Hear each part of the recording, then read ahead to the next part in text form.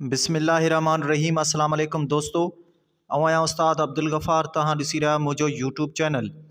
दोस्तों, एक नए वीडियो सां गॾु तव्हांजी ख़िदमत में। दोस्तों, अॼु सबक़ अरिड़हं पढ़ंदासीं दर्जे 7 मां, जंहिंजो उनवान आहे ॻोठाणी ऐं शहरी ज़िंदगी।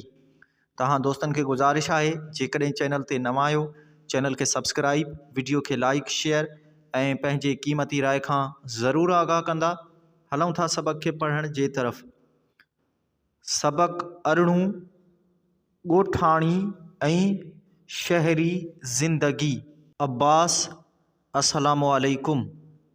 एहसन: वालेकुम अस्सलाम।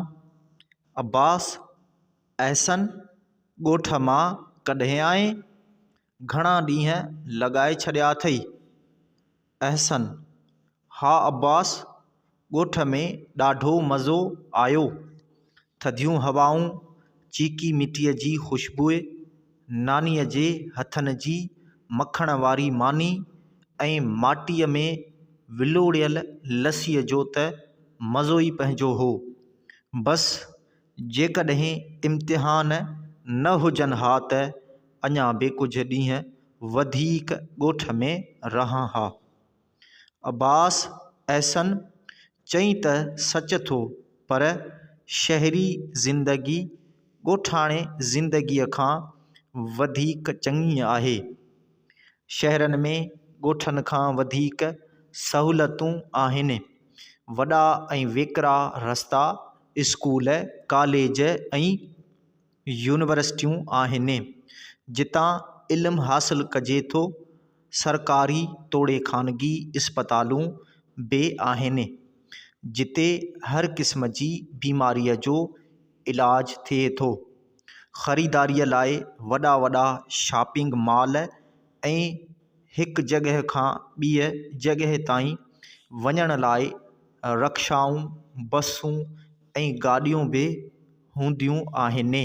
एहसन: हा अब्बास, पर मुंहिंजो ॻोठु शहर जे ॾखण में 5 किलोमीटरनि जे फ़ासिले ते आहे। मुंहिंजे ॻोठ ॾांहुं शहर जो पको रस्तो वञे थो ऐं शहर वञण ऐं अचण लाइ चिंगिची रक्शाऊं, टांगा, सुज़ुकियूं ऐं बसूं इस्तेमालु थियनि थियूं। असांजे ॻोठ में 200 घर आहिनि। उते 2 प्राइमरी स्कूल बि आहिनि, हिकु छोकरनि लाइ ऐं ॿियो छोकिरियुनि लाइ।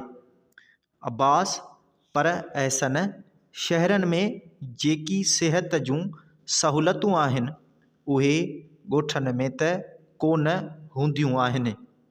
शहरनि में वॾियूं वॾियूं फैक्ट्रियूं, कारखाना पिणु आहिनि जिन सां माण्हुनि जी रोज़गार में बि इज़ाफ़ो थिए थो। एहसन: अब्बास: शहरनि में हलंदड़ गाॾियुनि ऐं फैक्ट्रियुनि ऐं कारखाननि जो दूंहों इंसाननि लाइ नुक़सानकार आहे, जॾहिं त ॻोठनि में चौतरफ़ फ़सुल आहिनि जिन जे करे हवा में आलूदगी न थी थिए ऐं मुंहिंजे ॻोठ में कणक, चांवर, फुटियूं, जवार ऐं मकई वग़ैरह जा फ़सुल थींदा आहिनि।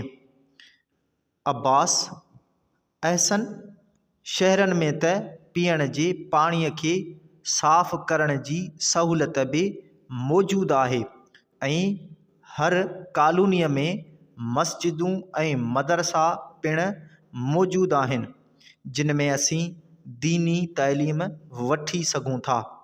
छा ॻोठ में उहो सभु कुझु आहे?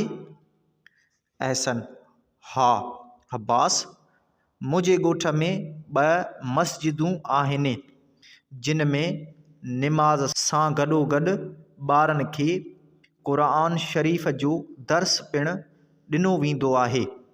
मुंहिंजे ॻोठ में वाटर सप्लाई जो हिकु तलाउ बि आहे। उन खां सवाइ पाणी हासिलु करण लाइ 2 पका खूह ऐं 4 पंप बि लॻल आहिनि। मुंहिंजे ॻोठ में हिकु बाग़ बि आहे जंहिं में अंबनि, ज़ैतूननि, नारगिन वग़ैरह जा वण आहिनि। ॻोठ में ताज़ो ऐं निज खीर बि मिले थो। भाॼियूं त ताज़ियूं मिलनि थियूं।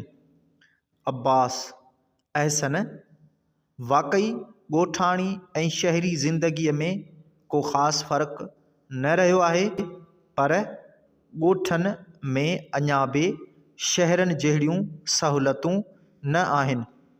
शहर में हर तरह जी तरक़ी थी रही आहे, पर अहसन, असांखे ॻोठनि में थींदड़ फ़सुलनि जी बि ज़रूरत आहे त शहरनि में हलंदड़ कारख़ाननि ऐं फैक्ट्रियूं बि असांजे मुल्क जी तरक़ीअ में मदद ॾियनि थियूं।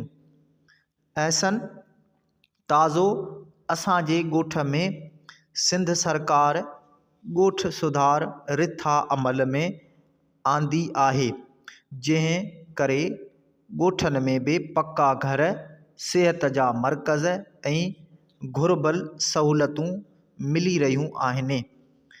पाणीअ जे नेकालीअ लाइ नालियूं बि ठाहियूं वयूं आहिनि ऐं ॻोठनि में रिथाबंदीअ सां वणकारी बि कई वई आहे ऐं तइलीम लाइ सरकारी स्कूल बि खुलिया आहिनि। अब्बास: अहसन, ख़बर अथई शहरनि में वॾा पार्क ऐं वॾा स्कूल, कॉलेज ऐं यूनिवर्सिटियूं आहिनि, जिन में सुठा ऐं क़ाबिल उस्ताद तइलीम ॾियनि था ऐं नई टेक्नोलॉजीअ जी सिख्या पिणु ॾिनी वेंदी आहे। उहा नई टेक्नोलॉजी शहरनि तोड़े ॻोठनि में बि कतब आंदी वञे थी, जंहिंजे करे शहरनि सां गॾोगॾु ॻोठनि खे बि फ़ाइदो मिले थो। अहसन, अदा, ॻोठ ऐं शहर सभु असांजा आहिनि। हर हिकु पंहिंजी जाइ ते अहम आहे।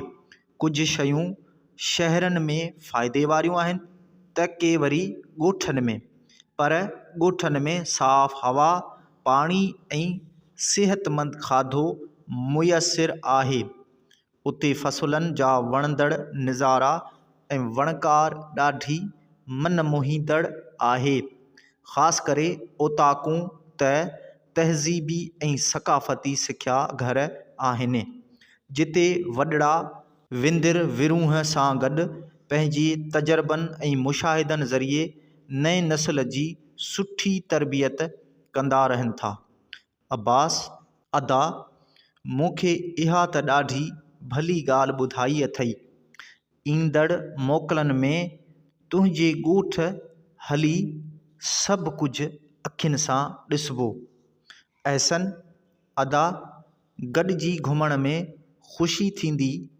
ए दोस्त, शहर बि पंहिंजा त ॻोठ बि पंहिंजा। शाल आबाद हुजनि।